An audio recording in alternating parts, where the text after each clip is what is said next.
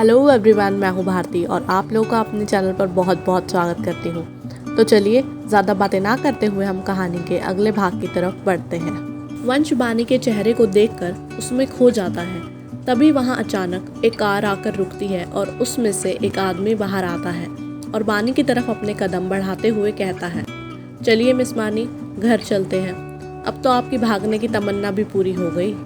उसकी बातों से ऐसा लग रहा था जैसे वो बानी को बहुत अच्छे से जानता है और उसके लिए ये कोई नई बात नहीं है कि बानी ऐसे भाग रही थी। जैसे ही बानी के कानों में उस आदमी की आवाज़ आती है, वो डर कर वंश को ज़ोर से पकड़ लेती है और डरते हुए फिर कहती है, प्लीज़ प्लीज़ हेल्प मी, मुझे बचा लो। बानी की बात सुनकर वो आदमी थोड़ा गुस्से में कहता है, मिस बानी, यहाँ आओ। और जैसे ही वो आदमी बानी का हाथ पकड़ने वाला होता है, वंश उसका हाथ बीच में ही पकड़ लेता है और उसे घूर कर देखते हुए कहता है, तुम्हारी हिम्मत कैसे हुई इस लड़की को हाथ लगाने की। वंश बानी को खुद से थोड़ा दूर करता है और उसे अपने पीछे छुपा देता है। बानी बहुत डरी हुई थी। उसने वंश की शर्ट बहुत टाइटली होल्ड की हुई थी। जैसे अगर उसने वंश की शर्ट को छोड़ दिया, वैसे ही वो आदमी उसे अपने साथ ले जाएगा। वो आदमी वंश को कुछ कहता उससे पहले ही वहाँ एक साथ 5-6 गाड़ियाँ आकर रुकती हैं और उसमें से वंश के बॉडीगार्ड्स बाहर आते हैं और उस आदमी को वंश से दूर करते हैं और उसे पकड़ लेते हैं। वो आदमी थोड़ा हड़बड़ा कर कहता है, कौन हो तुम और मुझे ऐसे क्यों पकड़ रखा है, छोड़ो मुझे। तुम जानते नहीं हो मैं कौन हूँ। मैंने कहा छोड़ो मुझे। उसने इतना ही कहा था कि उसके मुंह पर वंश के बॉडीगार्ड ने एक पंच मार दिया और उसे चुप रहने को कहा, लेकिन वो आदमी कहाँ मानने वाला था।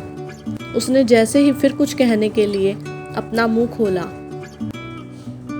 तभी इससे पहले कि उसकी आवाज़ बाहर आती, उसके मुंह पर उस बॉडीगार्ड ने टेप लगा दी। वंश एक नज़र अपने बॉडीगार्ड्स को देखता है और उन्हें इशारे से उस आदमी को विला लेकर जाने को कहता है। उसके बॉडीगार्ड्स तुरंत उसका इशारा समझ जाते हैं और उसे वहाँ से ले जाते हैं। उसके जाते ही वंश बानी की तरफ देखता है, जो अपना सिर झुकाए वंश के पीछे उसकी शर्ट को होल्ड करके खड़ी थी। अभी भी उसकी आंखों से लगातार आंसू बह रहे थे। उसे देखकर लग रहा था जैसे वो अपनी ही किसी दुनिया में खोई हुई है और जो भी अभी हुआ वो सब उसने ना तो देखा ना ही सुना। वंश उसके कंधे पर हाथ रखकर उसे वापस प्रेजेंट में लाता है। बानी को जैसे ही अपने शोल्डर पर वंश का हाथ महसूस होता है, एक पल के लिए वो डर जाती है। तभी वंश उसके चेहरे को अपने हाथ से ऊपर करता है और कहता है, रिलैक्स, कुछ नहीं हुआ। बानी जैसे ही वंश की आवाज़ सुनती है और वंश को देखती है, वो वंश में कहीं खो जाती है। बानी को कोई जवाब ना देता देख वंश एक बार फिर बानी से कहता है, आर यू ओके? बानी उसे कुछ जवाब देती उससे पहले उसे चक्कर आ जाते हैं। वंश जब देखता है बानी ज़मीन पर गिरने वाली है, वंश तुरंत उसे पकड़ लेता है और अपनी गोद में उठा लेता है और अपनी गाड़ी की बैक सीट पर उसे अपने साथ बिठा देता है और ड्राइवर को गाड़ी फार्म हाउस की तरफ ले चलने का इशारा करता है। वंश के बॉडीगार्ड्स की कार भी वंश को प्रोटेक्ट करते हुए वहाँ से निकल जाती है। वंश की कार्स का काफिला एक बार फिर सड़कों पर हवा से बातें करता हुआ वंश के फार्म हाउस की तरफ बढ़ने लगता है। फ्लैशबैक। वंश हेवेंस विला से बहुत गुस्से में निकला था, लेकिन उसे एक तसल्ली थी कि उसकी दी बिल्कुल ठीक है। वंश अपनी दी से अपनी जान से ज़्यादा प्यार करता था। वंश ने जैसे ही फ़ोन पर सुना था कि माही पर हमला हुआ है, वंश बहुत डर गया था। उसे अपने पास्ट की याद आ जाती है, कैसे उसके मॉम डैड की डेथ हुई थी।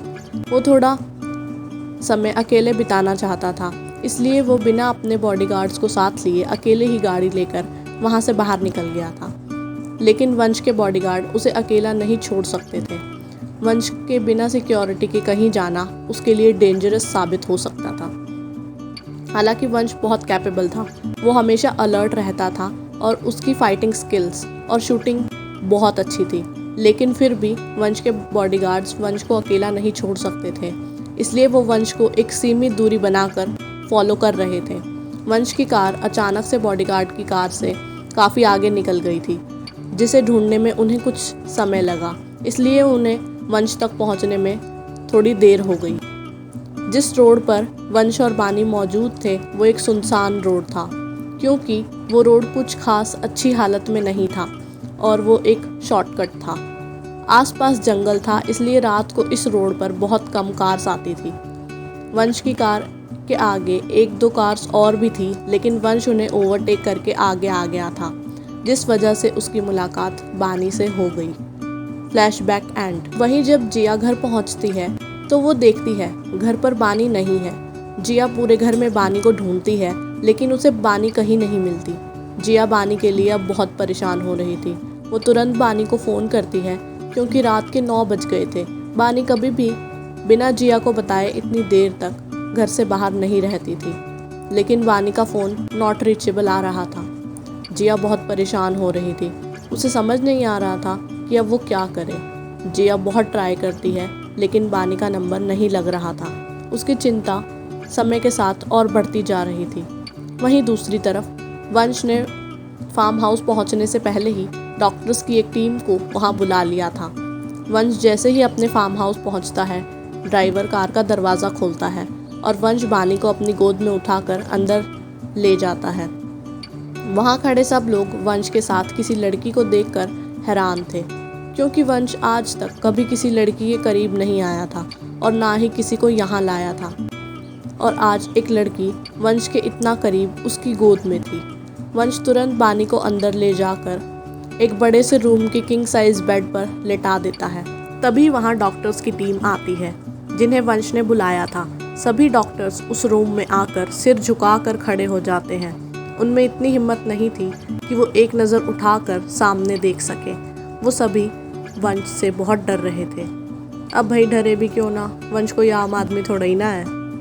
वंश जब सारे डॉक्टर्स को वहाँ बुत बने खड़े देखता है तो उसे बहुत गुस्सा आता है और वो गुस्से में कहता है, मैंने क्या तुम्हें यहाँ खड़े होने के लिए बुलाया है? यहाँ खड़े खड़े क्या कर रहे हो? यहाँ आओ और देखो इसे।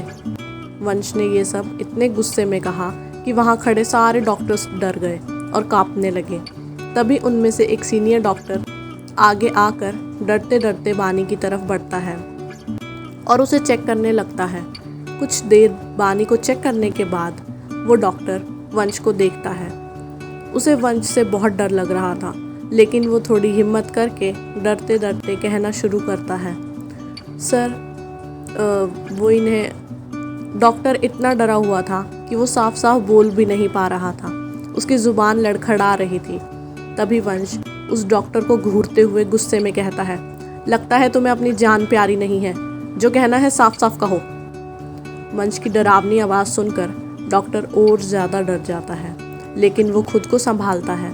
उसे पता था अगर वो अपने डर को काबू करके साफ साफ वंश को नहीं बताएगा तो उसकी जान भी जा सकती है। डॉक्टर एक बार फिर कोशिश करते हुए कहता है, सर मैडम को पैनिक अटैक आया है, जिसकी वजह से वो बेहोश हो गई है। मैडम बहुत वीक है, फिज़िकली भी और मेंटली भी। इनका बहुत ध्यान रखने की ज़रूरत है, वरना इनकी हालत और ज़्यादा ख़राब हो सकती है। कोई बात है जिसकी वजह से ये अंदर ही अंदर घुट रही हैं। आप प्लीज़ जितना हो सके इन्हें स्ट्रेस से दूर रखें और इन्हें खुश करने की कोशिश करें। मैंने कुछ मेडिसिन प्रिस्क्राइब कर दी हैं। जब मैडम उठें उन्हें कुछ खिलाकर आप ये दवाई दे देना। इतना कहकर वो डॉक्टर सिर झुकाकर बाकी डॉक्टर्स के साथ खड़ा हो जाता है और सभी वंश के अगले ऑर्डर का इंतज़ार करने लगते हैं। वंश ने उन्हें एक नज़र देखा। सब उसका इशारा समझकर बाहर चले गए। बाहर निकलते ही सभी डॉक्टर्स ने एक चैन की सांस ली। अब तक नील सिंगापुर से वापस आ गया था। उसे जैसे ही ये सब पता चला वो वंश के फार्म हाउस आ गया। नील भी वंश के फार्म हाउस पर ही मौजूद था। जैसे ही नील ने डॉक्टर्स को बाहर आते देखा, उसने उनसे बानी के बारे में पूछा। एक डॉक्टर ने उसे सब बता दिया और फिर डॉक्टर्स की टीम फार्म हाउस से बाहर चली गई। डॉक्टर्स के जाते ही नील बानी के कमरे की तरफ गया। उसने देखा कि वंश एक मेड को कुछ इंस्ट्रक्शंस दे रहा है। वंश मेड को बानी के लिए कुछ हेल्दी बनाने और उसका ध्यान रखने को कह रहा था। नील वंश की बानी के लिए इतनी केयर देखकर एक पल को हैरान रह गया, क्योंकि उसके बॉस की आज तक कोई भी गर्लफ्रेंड नहीं थी, बल्कि वो तो लड़कियों को अपने आसपास भटकने भी नहीं देते थे। ये सब सोचते हुए नील वंश को एकटक देखे जा रहा था। वंश की नज़र जैसे ही नील पर पड़ी वो हड़बड़ा गया और वंश के पास आकर उसे ग्रीट किया। नील के आते ही वंश ने मेड को वहाँ से जाने का इशारा किया। मेड के जाते ही वंश ने नील को अपने साथ स्टडी रूम में चलने को कहा और दोनों स्टडी रूम की तरफ बढ़ गए। ऐसा क्या हुआ था बानी के पास्ट में जिसकी वजह से आज बानी की हालत ऐसी हो गई? क्या होगा जब बानी को होश आएगा? आखिर क्यों वंश बानी के लिए इतना पोलाइट था? क्या बानी और वंश एक दूसरे को पहले से जानते थे? क्या ये मुलाकात है एक तरफा प्यार की शुरुआत? क्यों वंश बानी की इतनी परवाह कर रहा था? वंश और बानी की ये मुलाकात क्या रंग लाएगी दोनों की जिंदगी में? जानने के लिए सुनते रहिए कहानी इश्क ए के बाद। हाँ जी, तो इस कहानी का 5वां एपिसोड जो है वो कंप्लीट हो चुका है। आप मुझे कमेंट करके ज़रूर बताना आप लोगों को ये वाला एपिसोड कैसा लगा और आप लोगों को क्या लगता है आगे क्या मोड़ लाएगी इनकी ज़िंदगी, या फिर जब इन दोनों को एक दूसरे के बारे में सारी चीज़ें पता चलेंगी, क्या है इनके पास्ट की गहरे राज। अगर आप लोग गेस कर सकते हैं तो मुझे कमेंट करके ज़रूर बताना, ताकि मुझे भी पता चले कि भाई आप कितना रिलेट कर पा रहे हो और कितना नहीं कर पा रहे हो। मैं आप लोगों को जल्दी से जल्दी एपिसोड जो है वो देने की कोशिश करूँगी। बाकी जब तक नेक्स्ट एपिसोड आता है तब तक के लिए बाय एंड टेक केयर।